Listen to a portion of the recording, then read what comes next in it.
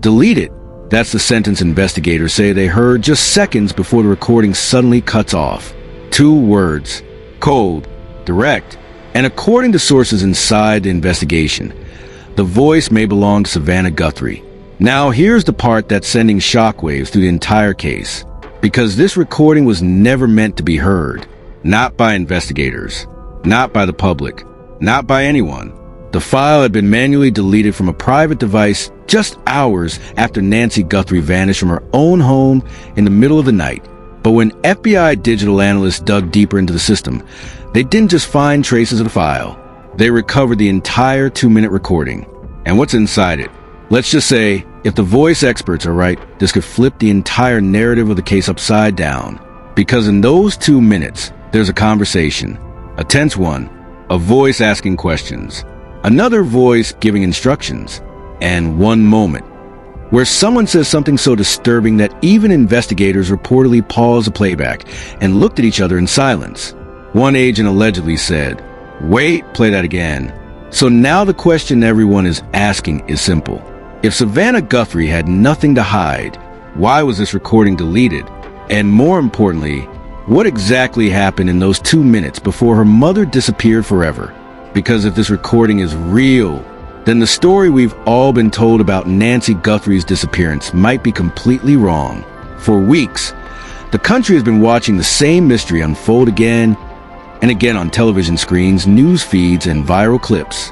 An 84-year-old woman, a quiet luxury neighborhood, a masked figure on a doorbell camera, and a disappearance that refuses to make sense. Nancy Guthrie wasn't just another name on a missing persons poster.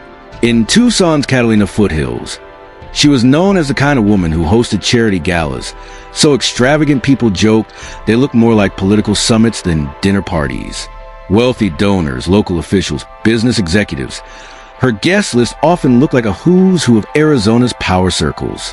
But behind the polished dinners and perfect smiles, those close to the family say there had been tension building for months.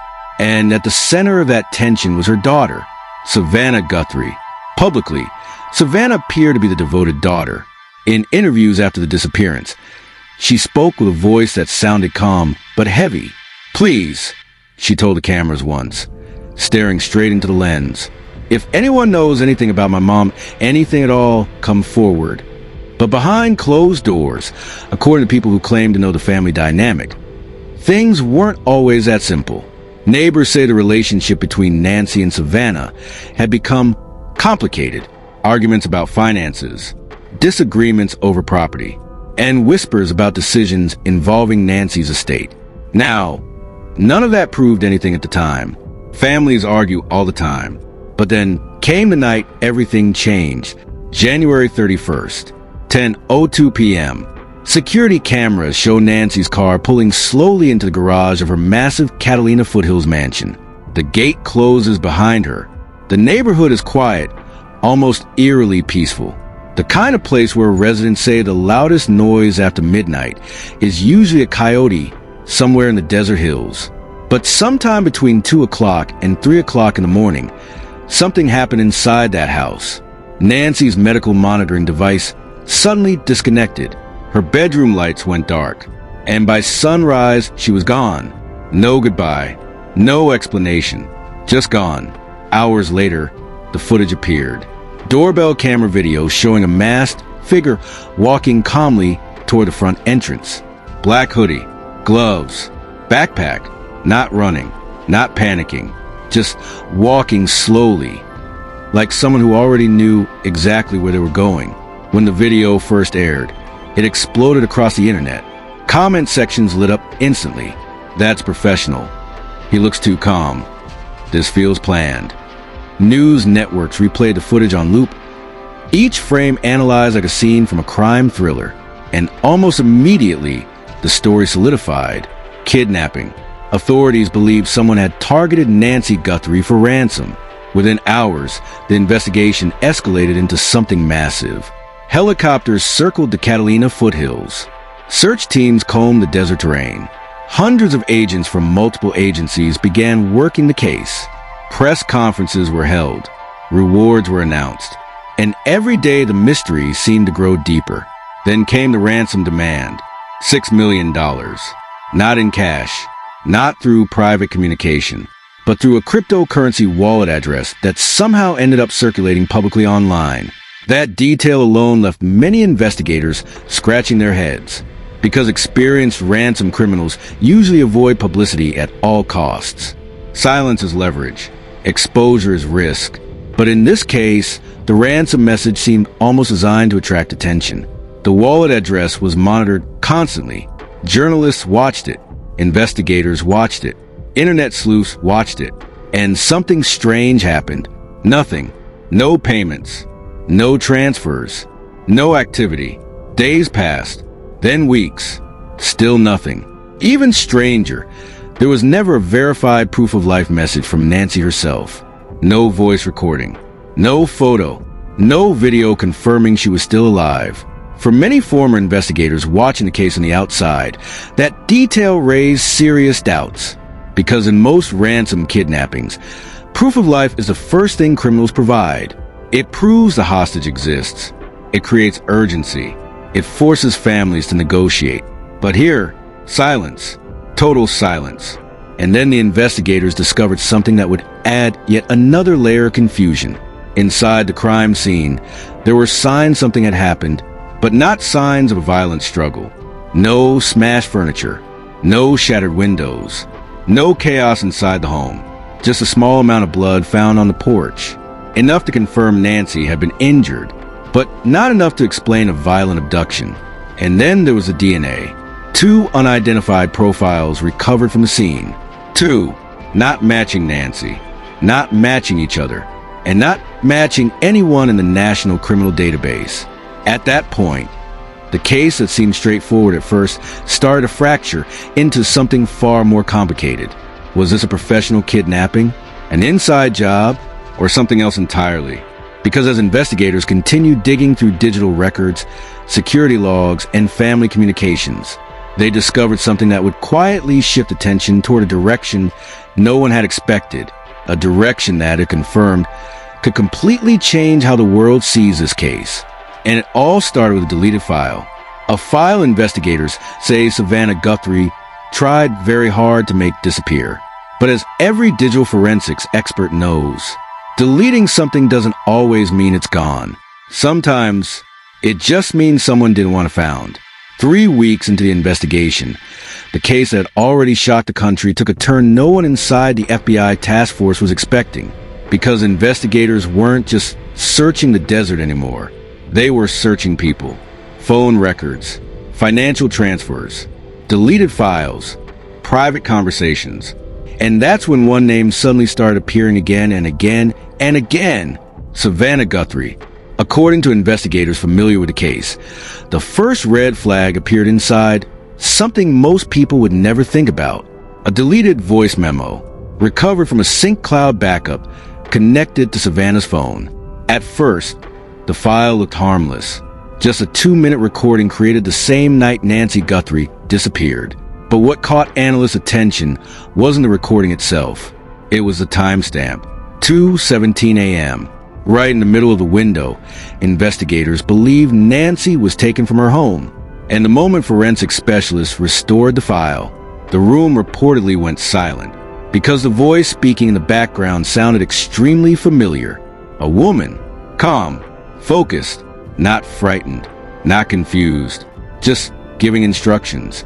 According to a source close to the investigation, one line in the recording immediately raised alarms. A female voice reportedly says, "Make sure the cameras don't see your face." Then a second voice responds quietly, "They won't." Now here's where things get even stranger, because the moment analysts cross-reference the audio file with Savannah's device activity, they noticed something else. The recording had been manually deleted just 14 minutes later, which raised the obvious question. If this recording was harmless, why delete it? But that wasn't the only discovery. Investigators then pulled security logs from Nancy's smart home system, and those logs revealed something that instantly complicated the entire narrative. At 2:11 a.m., just minutes before the recording was created, Nancy's security cameras were remotely disabled, not smashed, not cut, disabled from inside the system, using an authorized user account. And guess whose phone had access to that account? Savannah Guthrie. Now, to be clear, investigators initially believed this could be coincidence. Family members often share access to security systems. But when agents began examining Savannah's phone activity, the timeline started looking increasingly suspicious. Between 1:58 a.m. and 2:24 a.m., Savannah's phone shows multiple bursts of encrypted messaging activity, messages that investigators could see existed, but couldn't immediately read, because they had been sent through an encrypted app with disappearing messages enabled. And that's when the situation started to explode online, because somehow, no one knows exactly how, one of those recovered voice recordings leaked. Late one evening, a short audio clip appeared anonymously on Reddit. The title of the post read, FBI audio from the Nancy Guthrie case. Within minutes, thousands of people were listening. The clip wasn't crystal clear, but the voices were unmistakable.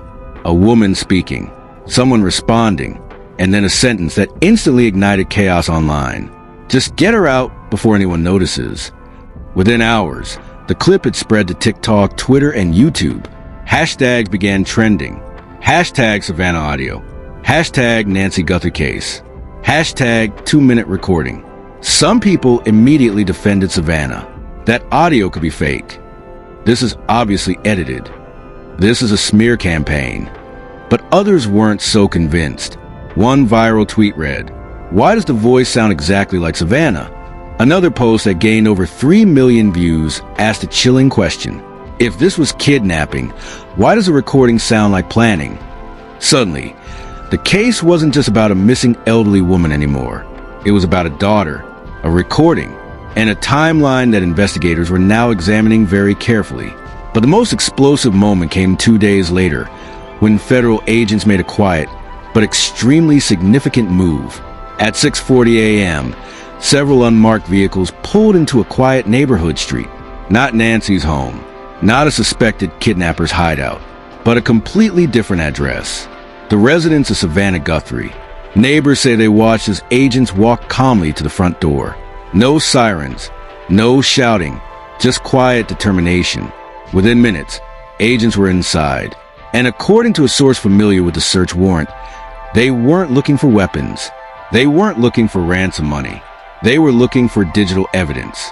Laptops, phones, external hard drives, anything that could explain the mysterious 2-minute recording. But while agents were inside the house, something unexpected happened online. Savannah posted a message, just one sentence on her private Instagram story. And when people saw it, the reaction was immediate, because the message read, "Sometimes the truth isn't what people think it is." No explanation, no context, just that line. Within minutes, screenshots spread everywhere. People debated what it meant. Was she defending herself? Was she hinting at something bigger? Or was it something else entirely? But investigators would soon discover something inside the digital evidence they seized that would push the case into an even darker direction. Because buried inside a folder on one of Savannah's devices, agents reportedly found another deleted file, a document, one that didn't just mention Nancy.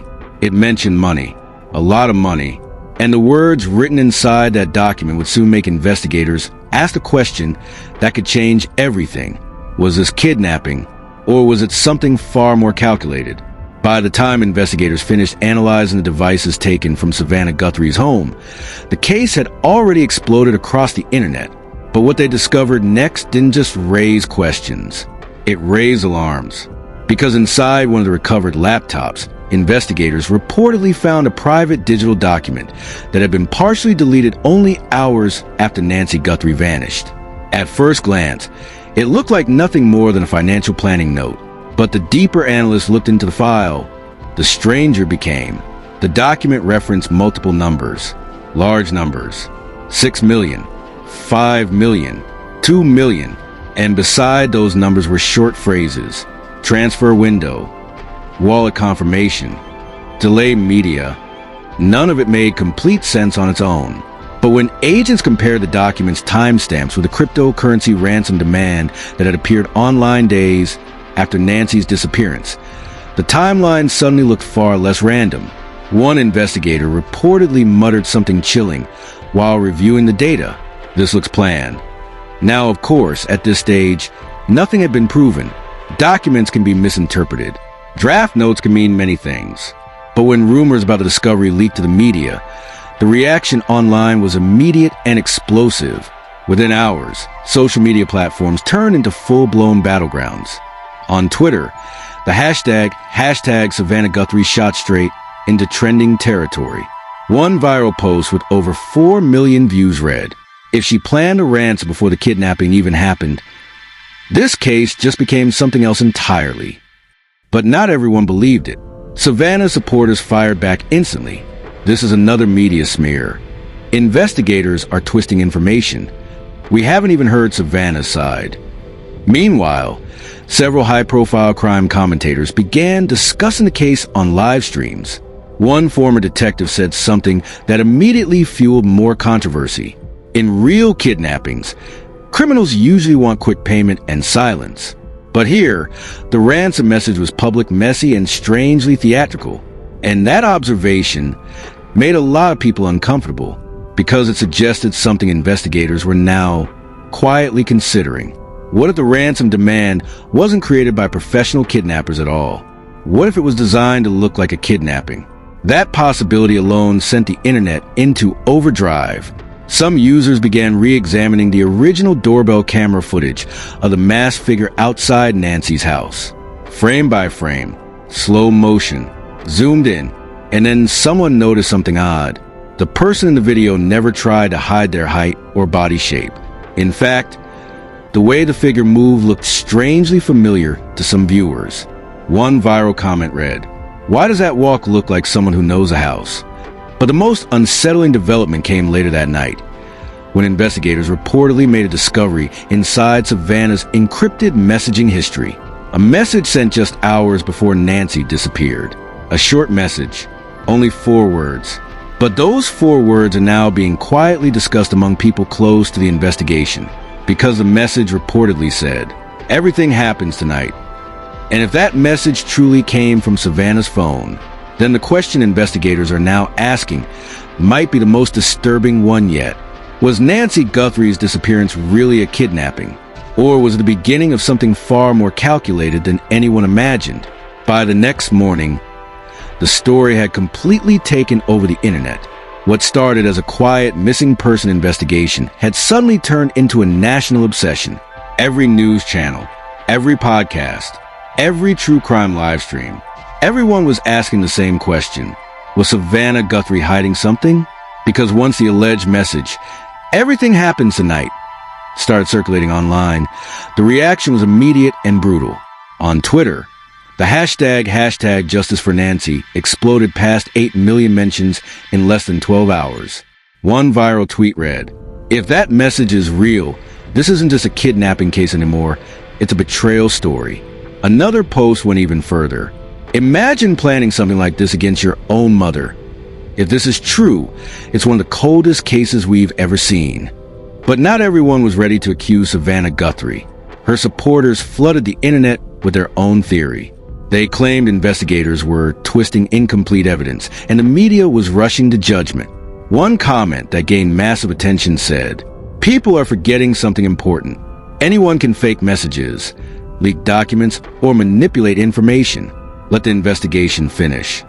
But the controversy didn't stop there, because suddenly, celebrities and public figures began reacting too. A well-known legal analyst appeared on a late-night news segment and said something that made the situation even more explosive. Cases like this often collapse when people assume the wrong narrative too early. The real truth usually hides somewhere nobody expects. That single sentence triggered another wave of speculation, because now people started asking something even darker. If Savannah didn't plan it, then who did? Meanwhile, reporters outside the Guthrie property noticed something strange. The house, which had been surrounded by investigators for days, suddenly went completely quiet. No press briefings, no updates, no official statements, just silence. And in high-profile investigations, silence usually means one thing. Something major just happened behind closed doors. Then, late that night, a local reporter dropped a shocking update during a live stream. According to a source close to the investigation, agents had returned to Savannah's property for a second search. Not the basement, not the office, but a part of the house that investigators had already cleared days earlier, the guest bedroom hallway. Why go back there? What did they miss the first time? And why did multiple agents reportedly carry evidence bags out of the house nearly 2 hours later? No one knows exactly what they found. Authorities refused to answer questions. But one investigator reportedly said something off camera that immediately started spreading online. 3 quiet words. This changes everything. And if that statement turns out to be true, then the next discovery in this case might not just expose what happened to Nancy Guthrie. It might reveal something far more shocking, because investigators are now asking a question nobody expected when this case first began. What if the real secret of this disappearance was never outside the house at all? Just when the investigation looked like it was slowing down, something happened that nobody saw coming. Late that same night, a source close to the task force leaked a detail that instantly sent shockwaves through the case. It wasn't about the ransom. It wasn't about the basement. And it wasn't even about the mysterious message. It was about a recording, not a voicemail, not security footage. A 2-minute private recording that investigators reportedly recovered from a deleted folder connected to Savannah Guthrie's account. At first, authorities believed it had been permanently erased. But according to digital forensic specialists, fragments of the file were still buried deep inside the system. When technicians finally reconstructed the audio, the room reportedly went completely silent because the voice on that recording sounded exactly like Savannah, and what she was allegedly saying didn't sound like someone worried about a kidnapping. It sounded like someone preparing for something. According to the source, the recording begins with a whisper, not panic, not fear, a whisper, then a sentence that investigators have refused to publicly confirm. But insiders claim it sounded like this. Once this happens, there's no going back. No going back from what? That question alone has now thrown the entire investigation into chaos. Because if that recording is authentic, it changes everything people thought they knew about this case. And here's where things become even more disturbing. The timestamp of the audio. Investigators believe the recording was made just hours before Nancy disappeared. Not days, not weeks, hours. Which means that the voice really belongs to Savannah. Then she knew something was about to happen before the entire country even knew Nancy was missing. And suddenly the timeline investigators trusted for weeks started collapsing, because another discovery surfaced moments later. Phone activity logs. Records show Savannah's phone briefly connected to a network tower less than a mile from her mother's house around the same time investigators believed the disappearance happened. But according to her earlier statement, she wasn't anywhere near the property that night. So now authorities are dealing with 2 possibilities. Either the digital evidence is wrong, or someone hasn't told the truth. And that's where this case takes its most chilling turn yet. Because according to one insider inside the task force, investigators are no longer asking if someone inside the family knows more than they're saying. They're asking how many people know the full story. And here's the most unsettling part. The FBI has still not released a full recording, not a single second of it, which means the public has only heard rumors, fragments, whispers. But investigators, they've heard the entire thing, every word. And according to one agent who was present during the analysis, the final sentence in that 2-minute clip left everyone in the room staring at each other in disbelief. Because if that sentence is real, then the disappearance of Nancy Guthrie might not be a kidnapping at all. It might be something far darker, something that was planned long before anyone realized it. And the truth about what really happened that night may finally be closer than anyone expected. But when that truth finally comes out, someone's entire story is going to collapse.